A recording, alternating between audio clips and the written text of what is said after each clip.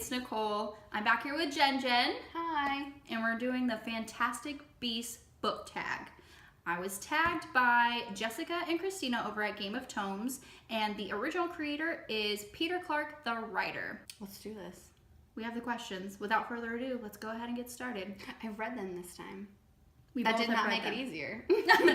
These No, questions, it did not. I find like these questions were a little bit hard. Oh my gosh, they were. You'll find out. All right. Question number 1. The Niffler. Seeking out treasure like jewelry or coins and stealing whatever they can get their claws on is their greatest skill. What is the book you borrowed or stolen? I'm gonna let you go first. I don't steal books. You don't borrow or steal books. I don't borrow books from my friends for the sole reason that they might ask to borrow my books, and I don't share. She's not a good sharer. Not. You would think she was an only child, but she's not. I'm not. My sister wanted to read one of my books. I bought her the entire series so she would not read mine. I don't share. I don't like it. People are gross. I love you, but you're gross. My friend actually borrowed one of my books once and didn't tell me until after she took it out of my house. And I remember saying to her, I was like, treat this. She wouldn't be my friend anymore. No, she's still my friend. She knows who she is, too, if she's watching this. She borrowed it. I was on vacation. She was watching our house. And Courtney. Yeah, it is. Courtney! So she's like, hey, I just want to let you know that I borrowed this book because it was, it's like City or Heavenly Fire, one of the Mortal Instruments books. And so she's like, hey, I borrowed this book because they don't have it in paperback yet, and she wanted the series in a certain kind, and she only had the paperback at that point. And I remember saying to her, I was like, treat this like it's the love child of my soulmate who viciously died. And this was the only thing that I had left of them. And she laughed, but I was like, you think I'm kidding, You think I'm serious. joking, but I'm serious. So yeah, I don't let people borrow my books, and I don't steal them. Would you borrow from the library last? That's a great question. I think, the digital library was, I'm going to steal an answer from you for later, Armada, because it was a book club book, and I didn't want to buy it because I had heard iffy reviews on it, but at the same time, I still wanted to read it. So Armada was the last book that I borrowed from the library. I will borrow books from the library. I just don't like to borrow friends' books because then they expect to borrow mine, and that's not okay. Your answer is the same as mine. Not that I don't give books out, because I have loaned books out. You know that. All the time. But the last book that I borrowed from the library was Armada by Ernest Cline. Yeah. Because we're in the same book club. What? And Who picked this book? Club. So, yes, I borrowed it from the library because I didn't want to buy it because Goodreads had, terrible reviews about this book. So, but obviously I wanted to read it because we loved Ready Player One, which was also a book club book. Mm-hmm. So I did read it. I did end up enjoying it. Mm-hmm. I'll probably do a full review on that book. Stay tuned. But I still need to finish it. I'm terrible. This meeting was 2 weeks ago and she hasn't finished it. I'm really terrible. I need to get back into reading. I go through phases, and I'm in my down phase. It did take me a week to read this book, which is abnormal. That's a lot. Yeah, I feel like it takes you like a day. December is not going very well for me.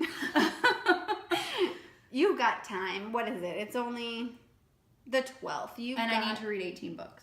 Well, you have 19 days, so get reading. A book a day, which my track record is not going very well right now. All right. Question number 2. The Bowtruckle. Pickett is one of Newt's favorite creatures who has a talent for picking locks. What is your personal favorite book that unlocks the key to your true personality? I had to come up with an answer for this one because I didn't want to say Harry Potter. Sorry. She's looking at me because I picked Harry Potter. Because I love Harry Potter so much. It did get me into reading. We talked about that in the last video we did. Oh, that's true. And it just, I can draw references, and I can just in everyday life, I just think of Harry Potter every day. Yeah, that's true.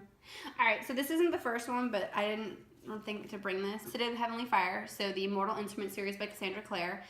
The reason why I picked this one for this question was because they have so there's these people. Who? Who would have thunk it? All right.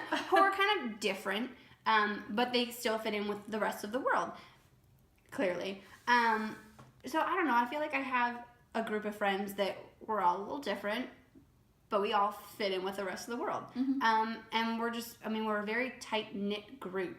I mean, I think about all the friend groups that I have, like book club or like a gaming group. I don't know, they're just a really tight-knit group of people, so that's kind of what I was going with that book. If I really think about it, like, every single question, I could probably pick it out. It could. I'm trying to be a little different. We're trying to expand the horizons. Yes. All right. Number 3, Thunderbird. One flap of a thunderbird's wings can create an enormous storm, and their powers give them the ability to sense danger. What is a book that creates a storm of discussion because of the danger it attracts? Dun, dun, dun. I love storms, by the way. My book, because this was another book club book, I believe this was actually my pick, caused a storm of a discussion. It was, whew. It got pretty heated. It did. So, Me Before You, very controversial, but super good read. It's a very good read. I really enjoyed it. And for those of you who have not read Me Before You, not trying to get into any spoilers here, but it does have a very controversial topic. Oh, yeah. And, I mean, it was a beautiful story. It was well written. I like that it was written in, like, it was set in England. And you could tell that the writer was from England because she would use little words and stuff. And so I always thought that that was really nifty and cool. So I enjoyed it also for that reason as well. It was just picked up on the atmosphere, which made it a little bit just as exciting. So yeah, we really like that. My pick is, it's a book that I actually don't have, but it's the Golden Compass series. Is it a trilogy? Is it a series? See, I don't even know. I've not read it. But I knew, because when that first movie came out, it was with Ava Green and like a couple of other people. I can't remember who all was in it. But my church had a storm of discussion about how don't see the movie, don't, do this. It's very secular, very, I wouldn't say anti-Christian themes, but yeah, there is some in there. But so yeah, that's the one that I picked. I mean, I don't have them. I haven't read them, not because my church told me not to, but just because I really didn't feel like reading them. I don't even know who they're by. Guinness break. It's not Guinness. All right. Whew. Question number 4. Swooping Evil is extremely scary creature that is capable of sucking out brains and whose venom can erase any bad memory. What is a book you'd like to forget? Mom, please turn this off. I had a friend suggest this to me, and I read it, and I didn't even finish it. It was horrifying, to say the least. Would be The Claiming of Sleeping Beauty by Anne Rice. It is... No. No. If you've read this series, you know what we're talking about. If you haven't, don't. I wouldn't say don't. I've read them. It was pretty dark and disturbing. Yeah. I don't know. I wouldn't say that it was kind of difficult for me to get through. I mean, it took me a long time to read it because there are some times where you have to put it down because it does get... it was more abusive. It is. And that's what bothered me. It is. It's very, servitude and like humiliation and so it has a lot of those themes in it, and wasn't a huge fan. No, I mean, it isn't my favorite book by Anne Rice, but I did read it just because I heard about it, and I feel like you really can't have an opinion about something until you read it and you learn all about it. And so I did, and yeah, very dark, very disturbing. It's not a book that I would recommend unless I really knew that person. And I knew they wouldn't unfriend me. Yeah, you just like to block that out. I'm going to go with the Shiver trilogy by Maggie Stiefvater. I've talked about Maggie Stiefvater before in a couple of my other videos just because I hear a lot of great things about the Raven Cycle series. Ooh, I want to read that. Yeah, I mean, I hear great things about it from booktubers, from friends, but just the fact that that first debut trilogy from her is just terrible. I was hesitant to pick up really horrible. They were It just didn't have an ending. And the ending it did have was open-ended. So I have no idea what happened. And I'm not happy about that either. To tell you the truth, I read that entire trilogy and I couldn't tell you who the main character is. I couldn't tell you what happened in any of those books. In there, right? One of them turns into a wolf, and then the other one turns into a wolf. And You're telling me something I don't know because I don't remember. I've chosen to forget it, and it's forgotten. But I know that I have read those. Yeah, but they were terrible. I was pissed when I got to the end. I read the I read the last page, and I was like, no. You invested all this time in no. You invested all this time in a series, yeah. and the third book, the trilogy, is supposed to end, but it doesn't really end. So yeah, I get it. Didn't answer my questions, and it left me very frustrated. I don't like not knowing. I hate not knowing. I hate those books where it's just like the author leaves it open-ended, like, oh, what do you think happened? I'm like, I don't care what I think happened. I want you to tell me what happened because you're the author. Yep. I will be okay. But I guess that's how fan fiction comes about, like when people aren't satisfied with what they're given. But like, there's a way to subtly leave it off where it's like, this is where it's going. Rather than just being like, this is where it could go, or it could go in like 50 other directions. Right. Good luck figuring it out. No, I don't want to figure it out. Tell me. Question number 5. Demiguise. Peaceful beasts that can turn invisible and have a light precognitive abilities, allowing them to feel the future and change it by anticipating outcomes. What is a book that depicts or predicts a possible future, bleak or otherwise? So I basically just wanted to pick this book because I love Thor. I'm gonna go with Divergent. If I come back, we'll develop a theme, and Thor is definitely one of them. But I feel like this could happen. Like, how far-fetched? I mean, we're already segregating people into each little group, and kind of you fit in with each, with, you know what I'm trying to say. Hopefully, you know what I'm trying to say. Like sex. Yeah. And so it's just, I mean, it's not far-fetched to think that you could just put each people in their own houses, and then you just kind of, these people do this, and these people do that, and, you know, it kind of already exists in a way. It's just not confined to a single city, if you think about it. That's true. Just like the whole world. And I was not devastated with the way that the third book ended. I will just say I have accepted it. I'm okay with it. Accepted it and moved on. There's no other way. For me, I feel like it was a bold move, and I don't feel like it was a wrong one. And I'm gonna have a lot of people hate me for that. No, I don't think so. I think that's right too. I feel like Triss as a character has shown a lot of selflessness in her heroism, and so that also includes sacrificing herself. Spoiler alert. I'm going with 1984 by George Orwell. And I feel like we're kind of living that future now. I mean, it is very good at predicting, you know, Big Brother, Big Government is really everywhere. And thanks to the Patriot Act, they can tap into any device and listen in if they think you're a terrorist. So I'm going with 1984. I'm going to stick with Divergent. Okay. Number 6, Acme. They can grow to the size of a football field or shrink to the size of a teacup. What is the largest book you own and the smallest book you own? I took this literally because I watched a video. I watched a video and they were like, okay, this is the longest one. They've got like 1,000 pages. And I was like, okay, cool. That's awesome. The largest book I own is this hefty encyclopedia. It was a gift, which is probably the greatest gift I've ever got. Page to screen, Harry Potter. It's huge. So, I mean, it does work in terms of length. But it's also big, like large. Thing is huge. It's huge. And then I like your interpretation. I do. I love my interpretation as well, but I think I'm awesome. So the smallest book I own was actually another gift.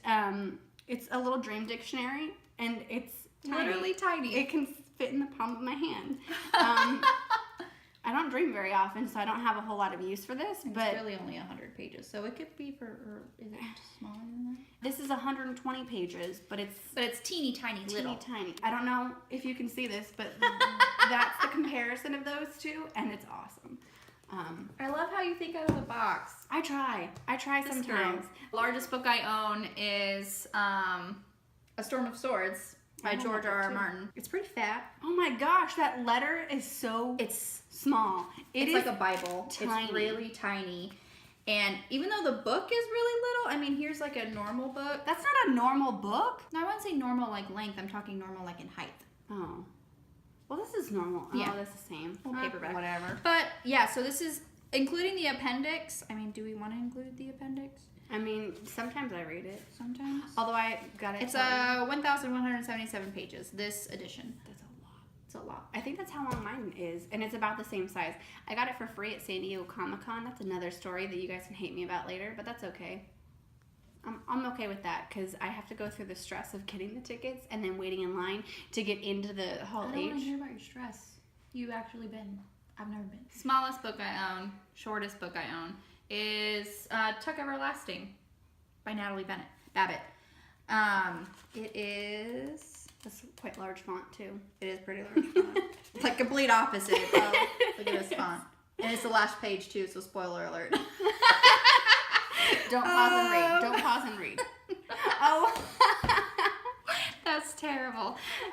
It's 130. I know, just everything like this book. It's 139 pages. Question number 7. The Nundu. Difficult to catch, they can move silently despite their immense size. What is an audiobook you listen to silently while driving? I listen to a lot of audiobooks, to be honest with you. So I find myself in the car. So if I'm kind of sick of the radio or what I'm listening to or Christmas music right now, I can flip on an audiobook. So I re-listen to a lot of books as well. One of my favorite, and I would actually suggest to pretty much anyone and everyone, is Ready Player One. Will Wheaton is a genius. He's a slow reader, so definitely kick it up a notch. Speed it up to 2. But it's wonderful. And that's part of the reason why I wanted to read Armada again, because I loved listening to him talk. He was really good. He was really good. So good. I mean, I do listen to a lot of audiobooks myself as well. It's probably not my first pick when I'm going to enjoy a book. One that kind of immediately came to mind is Chill Factor by Sandra Brown. I have not read it. And I actually listened to that with my husband because he actually likes thriller mystery genre, but he doesn't like to read. He doesn't like to sit down and do nothing. He likes to be up and doing things constantly. He's a mechanic. He works with his hands, so he likes to be tinkering. So we decided... He picked the book, I bought a couple of them and read the synopsis out, and he chose Chill Factor by Sandra Brown, which is one of my favorite authors. I own everything by her, and I do talk about her a little bit in other videos as well. But yeah, he really enjoyed it, and I loved it too. I think that's why I'm getting into audiobooks so much right now, is that I need to be doing something. I have a problem where I need to fidget like all the time. Yeah, because you can have it out, like if you want, like if you're crafting or if you're cleaning. It's a good way to just put something on in the background. Great way to get through dishes. Great way to get through dishes, let me tell you. The thing is, when I'm cleaning, I want to listen to Disney Pandora. Question number 8. Graphorn. Newt has saved the last breeding pair, and without him, the species as a whole would have gone extinct. What is a book that is going extinct that you want to save? This is hard for me It's because so hard. I only read like young adult. I'm going through a phase where I mainly read young adult. And so everybody's reading young adult. So it's not going away. So I picked a book that I really enjoyed a couple years ago, The Age of Miracles by Karen Thompson Walker. I always want to say it backwards. And it was so well done. This could have answered another question. How the world, it was my book club book. It's a book club book. It's pretty short. I mean, a quick read. I would definitely recommend it. Basically what happens is one day the world stops spinning quite as fast. And then it's just kind of the repercussions with how that does it. But it's told from the point of view, I believe she's 12. And it's just very interesting to see her take on the world and how everything changes. And I don't know, it was really interesting. I haven't heard a whole lot about it. So when I read it, I wanted to share it with people. And then because I just haven't heard it around everywhere, I figured that would be my book that I wouldn't want to die just because it was very unique. And I like that. I gave that book to 2 different people as gifts because I wanted people to read it because it is actually very good. Yeah. This question was really hard for me. I couldn't really think of anything off the top of my head, and I kind of just picked a book that I saw lying around, and it's not even the first in the series, but it's what I had lying around, and it's the Wizard of Oz series. And not that I think it's going away, but I think like a lot of people don't really know that it's a full series of books, like they don't know like, oh my gosh, there's 10 books in this series. There's 10 books in that series. I'm I'm sorry. Things I did not know. So yeah, obviously there was the movie. You know, everyone loves the movie. There's been a lot of remakes, you know, like Tin Man on Sci-Fi. There's actually going to be another show called Emerald City. It's going to premiere on NBC in the new year, and I very much want to watch it. It looks so good. But so I don't think it's going away. I just think that not a lot of people know the actual true depth and that you can get into this world. Am I going to be able to read this well? Probably not. Guinness break. It's not Guinness. It's not Guinness, it's Pumpkin Ale. Question 9 3/4. The Billywig. Their powerful sting can affect both muggles and magical folk alike. What is a book you read with someone else that stung you both emotionally? Well, I'm noticing a theme here. This is a book club pick that I chose. We just like pick all book club books. I didn't even realize that they were all mine, to be completely honest with you. The Fault in Our Stars. This book destroyed me. Oh gosh, yes. It destroyed all of us. Yeah, it did. And so much so that it's my answer too. I don't show emotion very often. I like to say that I'm dead inside. I'm not. It takes a lot to get her to cry. Oh yeah. Watching movies or reading books. When other people are emotional, that will get me. The last 60 pages of this book, it was a waterfall. And I basically was reading it upside down, trying to like read through the tears because I was just Pacific so Ocean of tears. emotionally affected. I don't even know how to describe why it was just so powerful to me. But I can guarantee you I know why. Okay, go for it. Because I loved Augustus Waters to the depth of my soul. That would probably be one reason why. You knew like one of them. You knew one of them. But kind of they both kind of have like an expiration date, you know. Sorry to say that. They do. But you know, as you know, cancer patients, it's kind of, you know, like if you go in remission or if you get it back, you know, it's kind of like this waiting game. And so throughout the whole book, you kind of expecting it to be her, and then he gets sick again too. But also, even though you do go through that scene where they're reading the eulogies in his fake funeral and he's there, it was really kind of sudden. Yes. You kind of turn the page and then it says 8 days later. Augustus Waters. Yeah, sure. it says 8 days later. And you I turn the page and it says 8 days later, Augustus later? Waters died. Why? Why couldn't we have been with him for those 8 days? We're only on page 260. There should be like 5,000 pages in this book because I have not had enough. I have not had enough.